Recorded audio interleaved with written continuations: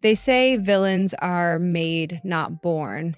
But what if I told you that Nuka was never meant to be a villain at all?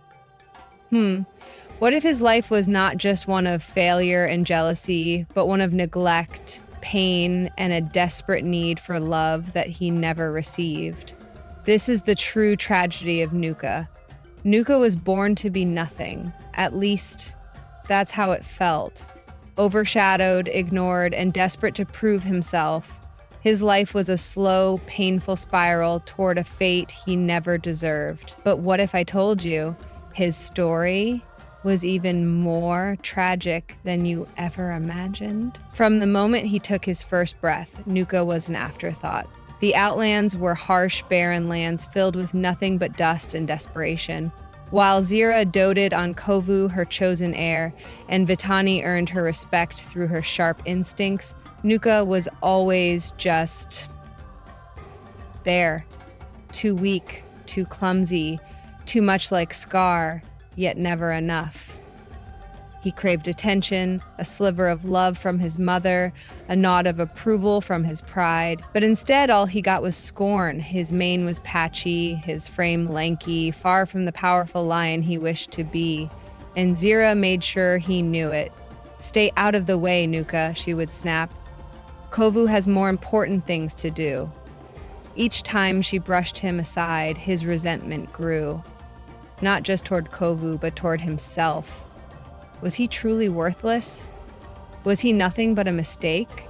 Nuka spent his life trying to prove himself. He scavenged the Outlands, fought hyenas over scraps, and endured the burning heat of the sun without complaint. He trained himself, lunging at shadows, pretending they were enemies, whispering battle cries under his breath. He mimicked Scar's old movements, imagining himself as the true heir, the rightful ruler. But no matter what he did, it was never enough. He watched as Kovu was trained, as Zira's eyes gleamed with pride whenever the young cub landed a successful pounce. Kovu was still small, but already Zira treated him like a warrior, grooming him for the day he would take the throne. Every lesson, every word of encouragement, every touch of affection, it was all for Kovu. Meanwhile, Nuka had to fend for himself. He had no mentor, no guidance, no praise. Even his younger sister, Vitani, was treated with more respect. She was tough, sharp, and loyal, everything Zira admired. But Nuka, he was just there. The son who wasn't good enough, the firstborn who never mattered. And yet, there was one thing that kept Nuka going. One dream. He wanted to prove them all wrong. He had to. Every day, the hunger gnawed at him, not just the physical hunger of life in the Outlands, but the deeper, aching hunger for recognition.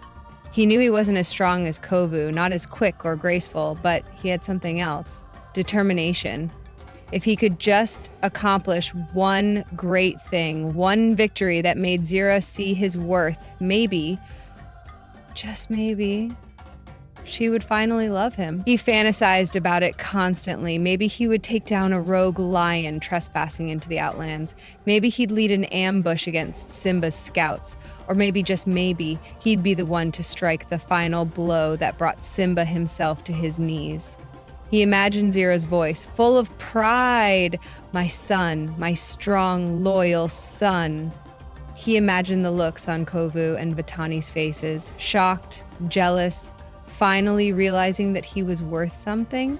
The thought alone made his heart pound, so he pushed himself harder. He stayed up late, training by moonlight, practicing his pounces, his swipes, his roars. He tried to perfect the deadly snarl Zira always praised in Kovu. But no matter how much effort he put in, no one cared. When he returned home, exhausted and covered in dirt, Zira wouldn't even look at him. She was too busy sharpening Kovu's skills, molding him into Scar's perfect successor. The rejection cut deeper than any claw, but Nuka refused to give up. The day would come, the day when he would finally do something great. And when it did, they would all regret underestimating him. That moment came sooner than he expected. When Kovu failed to kill Simba, Zira's fury was like a wildfire. and Nuka, seeing an opportunity, seized his chance.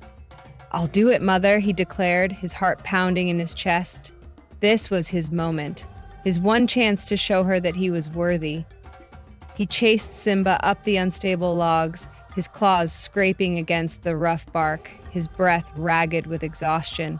But even as he fought, as he came closer to what could be his greatest victory, fate had other plans. The logs shifted. A deafening crack echoed through the air, and before he could react, he was falling. The weight of the logs crushed him, pressing the air from his lungs. Pain shot through his body, but it wasn't just physical. It was the pain of failure, of knowing, even in his final moments, that he would never be enough. As he looked up, gasping for breath, he saw Zira standing over him.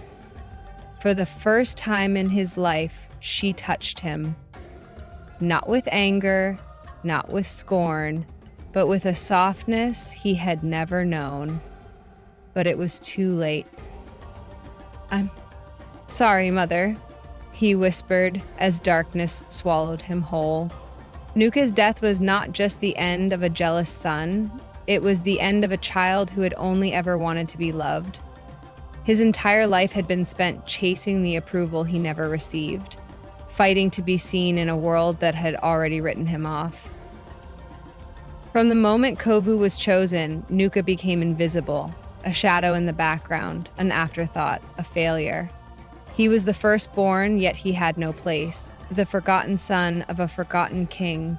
But in his final moments, as his body lay pinned beneath the crushing weight of the fallen logs, the truth finally settled in. He had never mattered, not to Zira, not to the Outlanders, not to anyone. Even as his breaths grew shallow, his heart slowing with each painful beat, no one rushed to save him. No one screamed his name in terror. No one cried for him. Zira had only one thing to say: "You killed your own son!" The words were meant for Simba, but deep down, Nuka knew the truth. He had always been dying, just not in the way anyone noticed. He had been starving for affection, starving for recognition, starving for a mother's love. Had things been different, had Zira ever looked at him the way she looked at Kavu, maybe he wouldn't have pushed himself so recklessly. Maybe he wouldn't have thrown himself into danger, trying to prove that he was worth something. Maybe he would have lived. But in the Outlands, love was a luxury, and for Nuka, it was one he never got to have. Nuka's story is one of the most heartbreaking in The Lion King. He wasn't evil, he was just a lion who never got the chance to be more.